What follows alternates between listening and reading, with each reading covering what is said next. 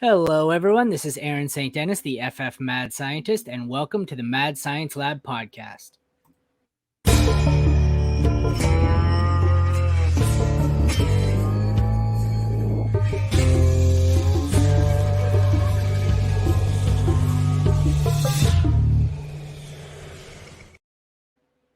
Today, we are continuing on with the My Thoughts on My Team series, and here with me today to break down his favorite Chicago Bears, Chevin Noone from one of my favorite podcasts, the Dynasty Rewind. Listen to it all day at work. Was just discussing some of that horrible DLF trade finder that comes up on there, but besides that, love the show. Chev, thanks for joining me. Pleasure to have you. I appreciate it, man. Those DLF trades, we got to start working on some different branding. If we can find a way to make the trades a little bit better all around, we need to make our own little website to put these things together because the Yeah. trades people are making, they are putting themselves into purgatory. So, yeah, it's definitely not the go-to, but Yeah. you use what you can get. But thank you for having me on, brother. See, I was gonna see when I heard what you said, I was gonna suggest something like that, and then I thought we already have that. It's called Keep Trade Cut. But the problem is when you start on Keep Trade Cut, you should be required to upload a fantasy football resume to determine whether you should be lumped in with the good managers or the dummies. So that way we know how to grade. We can grade your trades on a curve. Well, okay, Chev, he made this trade. This one might be legit. Okay, this guy who's been playing 30 years and finishes last every year, we can probably throw his in the garbage. So. Yeah, that would be fun to get all these resumes in. I would love to read what people have to say. They've won 1,000 leagues. I imagine that's what they're going to say. But Yeah. yeah, I'd be into seeing some resumes. I bet that would be very interesting. Yeah. I've got a friend like that on Yahoo where it's I win 9 leagues every year, and it's how many of those are Yahoo public leagues where nobody's paying attention in them, and they all quit Yep. after 3 rounds of the draft. So Oh yeah, I remember growing up playing in those when I was a kid. Man, it was a blast. You just win everything because everybody quits right from the get go. So yeah, I think we've all started somewhere around there. I yeah, imagine. you end up playing with the only people at the end are the 1 or 2 guys who started 6-0 or 5-1. Everyone else is checked out by week 4. So it's kind of like my Yep. work league. Yep. That's All fantasy. right. Without further ado, let me switch the graphic here to your Chicago Bears. Hmm. One of the easier quarterback rooms to start with, we Yeah. hope. Yeah. Justin Fields as the starter with PJ Walker, former XFL star. And I guess he Mhm. also played for the Panthers, but more importantly, the XFL. Fields is a confusing one for me. I typically am not a big fan of rushing quarterbacks, Mhm. and I get okay in redraft. Big fan. I Mhm. put up several articles on how I treat them like running backs in Dynasty. I like to use them a year or two and then get the hell rid of them before the rushing floor, collapses. That second contract kicks in and they start making business decisions, like I think you're going to see with Lamar Jackson. So Mhm. Justin Fields, I would assume you've got him ranked inside your top 12. I think he has top 3 potential, but I think he's going to settle in somewhere in the range of QB 6 to 10, roughly. Like the sky's the limit. He could be, the next Lamar Jackson, or he could be nothing. What are your thoughts on Justin Fields? Yeah, you're correct. I think Justin Fields fits somewhere between 3 and like 10. Somewhere in there he's going to end up. The problem is the Bears offense has had no help in the passing game the last few years. Like I think he threw for like 2200 yards last season. Like that is pitiful. That is just embarrassing honestly as a fan because you see quarterbacks throwing for 5,000, 5,500 yards like they're Yeah. doubling our yards. Like that is ridiculous to have that happen now in this day and age of football because you have to score to win in this league. So I'm hoping Justin Fields takes that step. A Bears quarterback has never thrown for 4,000 yards or 30 touchdowns. So I'm hoping he's the guy to change that and fix that for the Bears. But we'll see what the offense looks like. I think with his rushing floor, like you said, it could be dangerous for him. He has to protect himself. Hopefully, with the new Yes. additions at the offensive line, that will be beneficial for him. But at this moment, I have Fields ending up somewhere between 3 and 10. I think that's a good outcome, Yeah. especially with the rushing. And PJ Walker to me is a good backup. It's a guy that now is kind of the same athleticism somewhere in there where he can get out of the quarterback's or the quarterback spot in the backfield and go for a little run. it just feels a little bit better, a better comparison with Justin Fields. So the offense doesn't have to like switch completely when we bring in like an Andy Dalton or somebody like that from the past, Trevor Simeon. So it's just nice to have a quarterback that is somewhat similar to him and kind of resembles him in that offense. Let me tell you, I owned him last year in my highest buy-in league in a redraft league. It is a terrifying experience. Every time he rips off a 40-yard run, you go, yes, yes. And then you see a defender going, you go, get the hell out of bounds. Don't get killed. And then he goes down and you're going, oh, my quarterback's dead. It's the scariest thing I've ever seen. It's like I could imagine if you own Josh Allen. It's every time he lowers his shoulder, you're going, no, slide, you idiot. Mm-hmm. Oh, Yeah, with Justin Fields too. I mean, he's got to protect himself because he's the quarterback. He's the only guy that I really can count on in this offense. And last season it was going to be a success if Justin Fields did not die on the field. Like I was just hoping he made it through the season. Didn't have any major injury. Had a few bumps and bruises, but we're moving on to 2023 where hopefully he continues to stay healthy. We get some help in the passing game and the offensive line can be a little bit better. So I counted last season as a success. You either want to be the absolute worst or the absolute best when you play in the NFL. And we were the absolute worst and it paid off. I actually didn't even notice. I included a third quarterback in this one because he's one of my personal favorite rookies. Shepherd Small School quarterback Tyson Bagent. There's not a whole lot there. Didn't play against much competition, but when I went through my little spreadsheet measuring basically just his athleticism and metrics, he scored off the chart, and there's some real potential there in the event that Fields gets himself killed. Not really fantasy relevant, just someone I like to keep an eye on. I think I'll probably have him on a couple of taxi squads, but you said Fields was the only one you could trust in the offense and really rely on. I beg to differ coming into this year. Don't you dare besmirch Roschon Johnson. That's what we'll transition now into the running back room, where the highlight of my this entire series is coming right up. I get to say good things about Roschon Johnson. I know that's something I've never done before. We have Khalil Herbert, who will be the backup to Roschon. Then we have Deonta Foreman, who will also be the backup to Roschon, and Treston Ebner, who nobody cares about because Roschon's on the team. So what are your thoughts about Roschon? I mean, the running back room. The running back room is pretty good. I feel like there's a good mix of backs there. Khalil Herbert's shown some success. Donta Foreman's shown some success. I like Roschon Johnson. The problem for me was people are just drafting like super early now, like way too early for me to grab him. But I think he's a good back. He does everything so well, especially in the passing game. Like the guy can get open. He can run routes. He can catch passes. But his pass protection is one of the things I really love about him. He's just really good at knowing where to be and how to block these rush defenders coming in. So that's one thing I really am excited to have Roschon Johnson in our offense.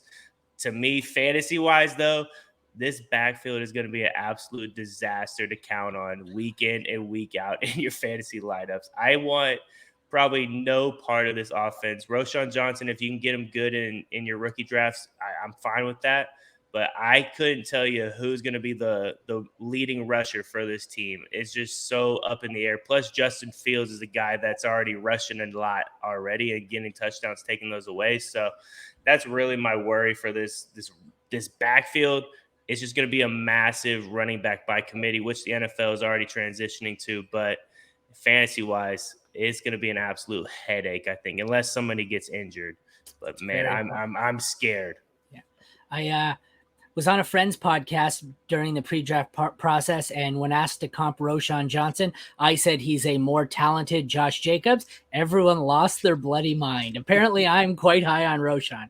I'm kind of factoring in the inevitable possible Foreman injury. I don't. He never seems to last. Khalil Herbert, I think Roschon can just beat him out for the job, but I think you're right. In the end, it's probably not going to be just Roschon. He's not going to be the bell cow.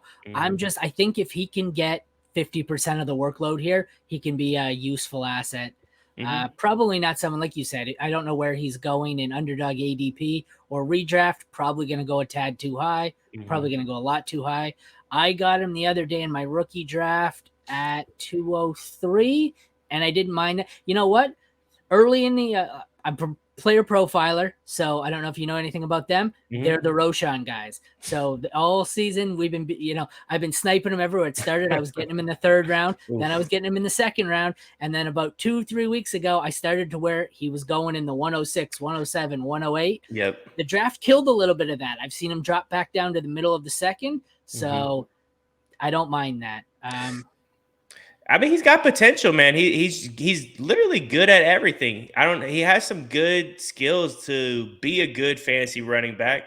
It's just and Khalil Herbert hasn't stayed healthy himself. I mean, there's been games that he's had to miss too due to injury. So if Roshan can stay healthy, I mean, he could be a decent chunk of this offense in this next year. I mean, the Bears love to run the football, so that's probably never going to change. It seems like every single year we just run the crap out of the football and we just never pass. So having a running back, having a little deep tier running back here, somebody that you can just be a lottery ticket for your offense. Roshan Johnson's not a bad choice, especially if you're doing startups and whatnot. Even in best ball, I mean, he's a good guy to just snag late and hope something good happens there.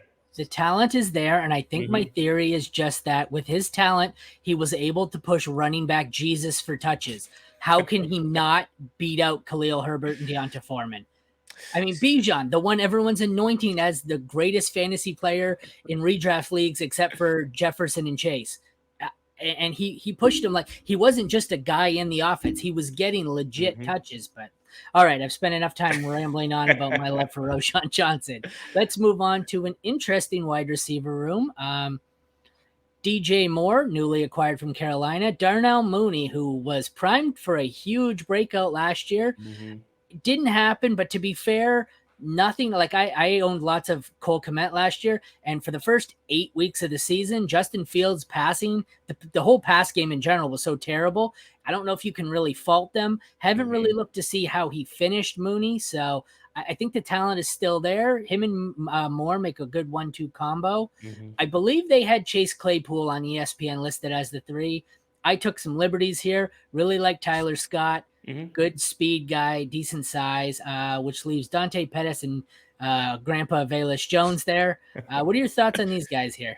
Yeah, sadly, Dante Pettis was probably one of our best wide receivers last season. He was a guy you just never thought was going to do anything. And he scored. I mean, every single game I would turn it on, I was like, who scored this time? Dante Pettis would show up somehow scoring a touchdown. And he was it was just sad to see in the stats because Darnell Mooney got injured. Claypool comes over, does absolutely. How long was Mooney out? Sorry to interrupt you.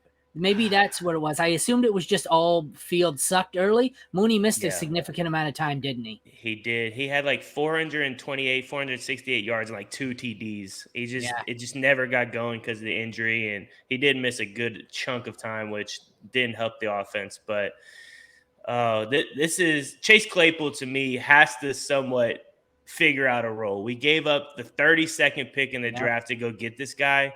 That's painful. Didn't do much of anything last year. And if the Bears' strategy was just to take him away from the Packers, it backfired. 100% it backfired because that is the stupidest thing I've ever heard, to give up a possible early second to go get this guy who you can find in every draft, in my opinion. He started off great, but I rostered him in his rookie year. I got him off of waivers right before he had that big explosion of the 4-touchdown game. I sold him immediately. He projects as a glorified tight end. Like he's not a great receiver. He'll have 1 or 2 blow up games, and then he does nothing. That's terrifying. Could you imagine how much more you'd like the Bears here if they had made who was at 32? Like even if you wanted, was it Joey Porter Jr. in the secondary? That's a killer pick there to have nothing out of him and then give up the 32, essentially a first rounder. But that's terrible. They ended up trading down, didn't they, with Pittsburgh in that one? Because they didn't pick Porter. They didn't make the actual. Oh no, sorry. They traded it to Pittsburgh, and that's why. Yeah. Sorry. No, you're good. Yeah. Got myself all tongue tied here.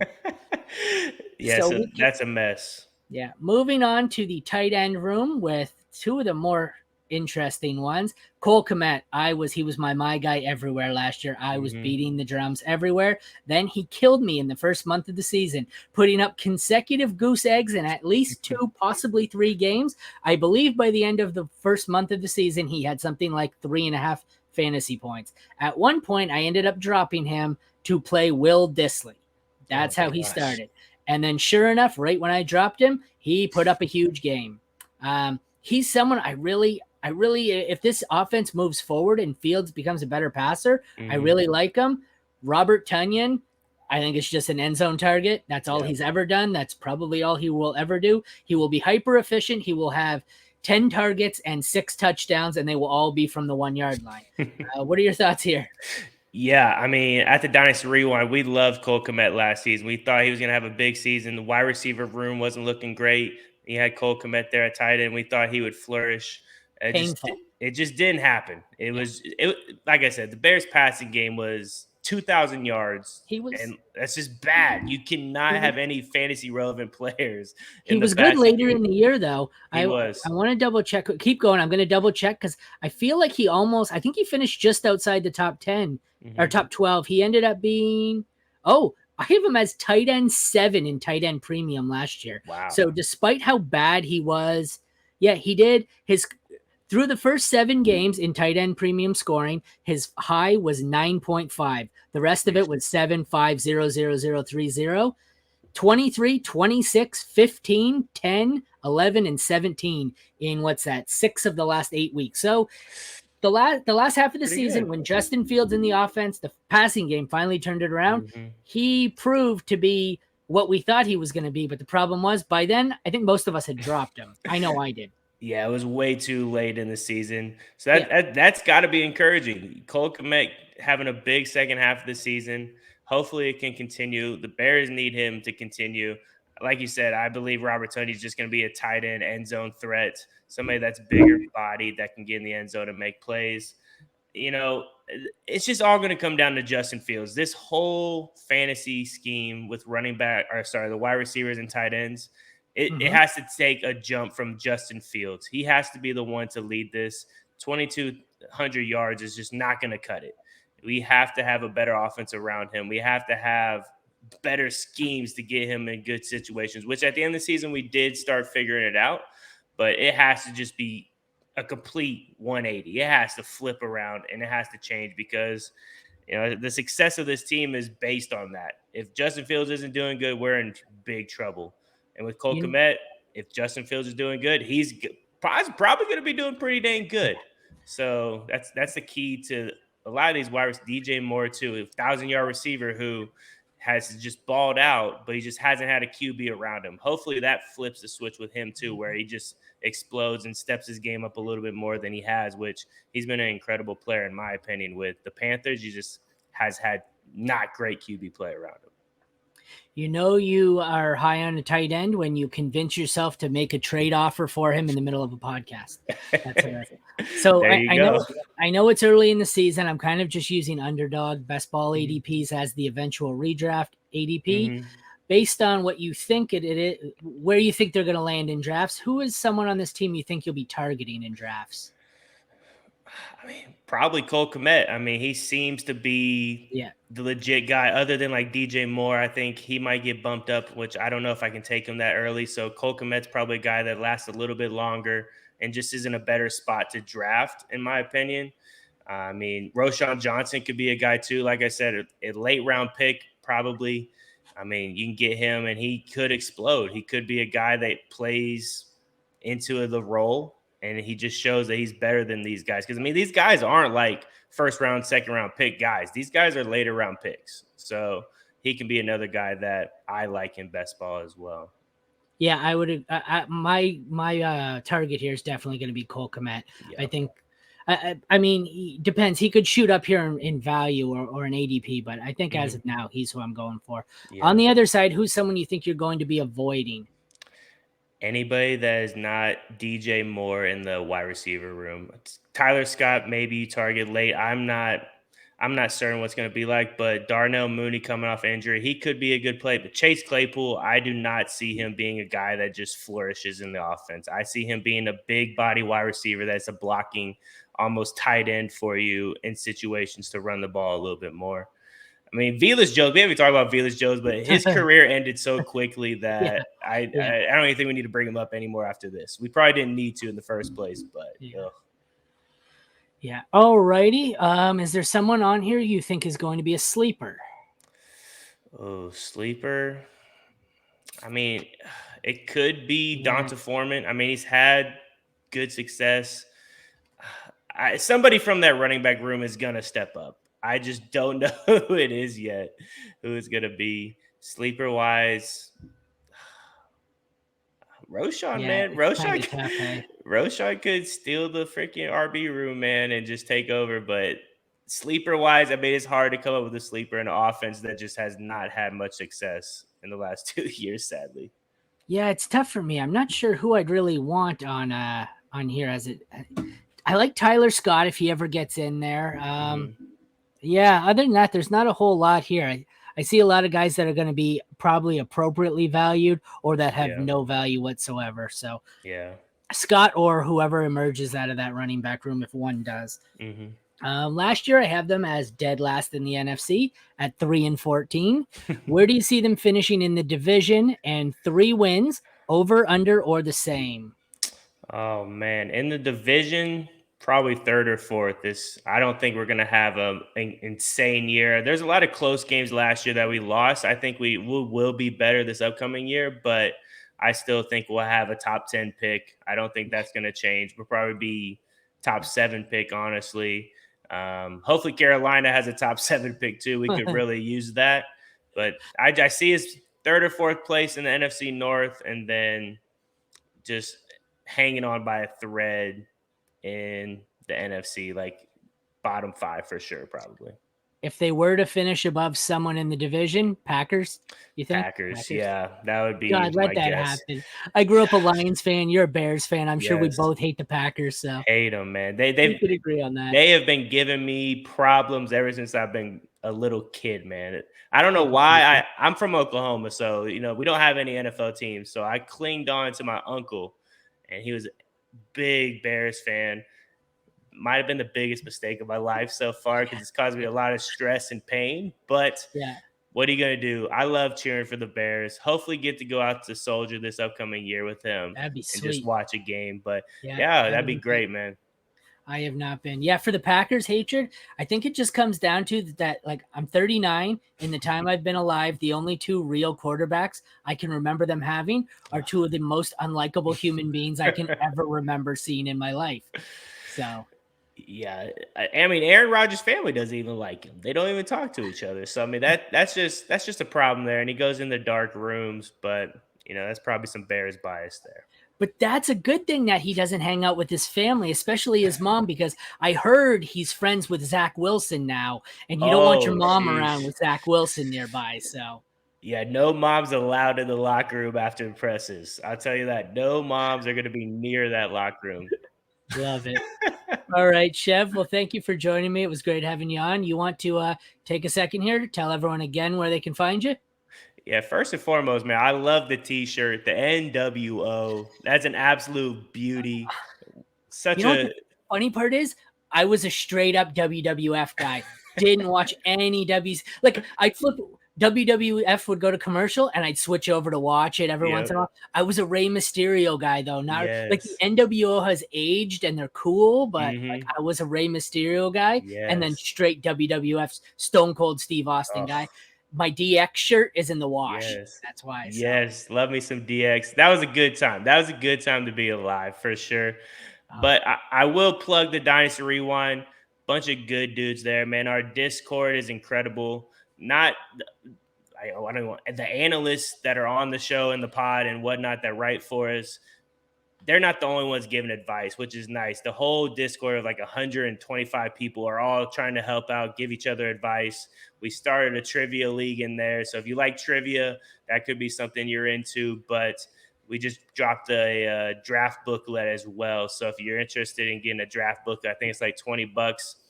head over to the Dynasty Rewind on YouTube or Twitter Awesome. and whatnot, and you'll be able to find that. But thank you again for having me on, brother. Like I said, I'm super Thank you. thankful and just Yeah. blessed to be asked to do this, man. Because I love this. This is fun. Doing 32 teams, just getting everybody's opinion on their teams.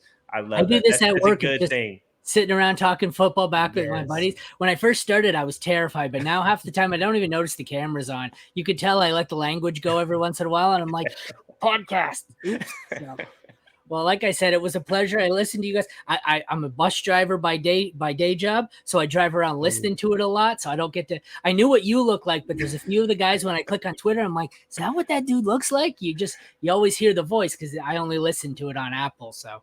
Oh yeah, we got to meet up at the expo, man. For sure, I We will got to be meet up for there. sure. Well, I may not be there. I'm there for the weekend. I have a room with a buddy. A drunken representative of me will be there in my place. I may not be there. All right, sounds good. Hopefully we get to see you. There will be a mad scientist there. I'm just not sure if I will be claiming him as myself. So, sounds good, well, brother. Thanks again for coming on. It was a pleasure. This has been my thoughts on the tongue-tied. Long day at work. My thoughts on the Chicago Bears with Chev from the Dynasty Rewind. Thank you, everyone. I am Aaron St. Dennis, the FF Mad Scientist, and this has been the Mad Science Lab podcast. Take care.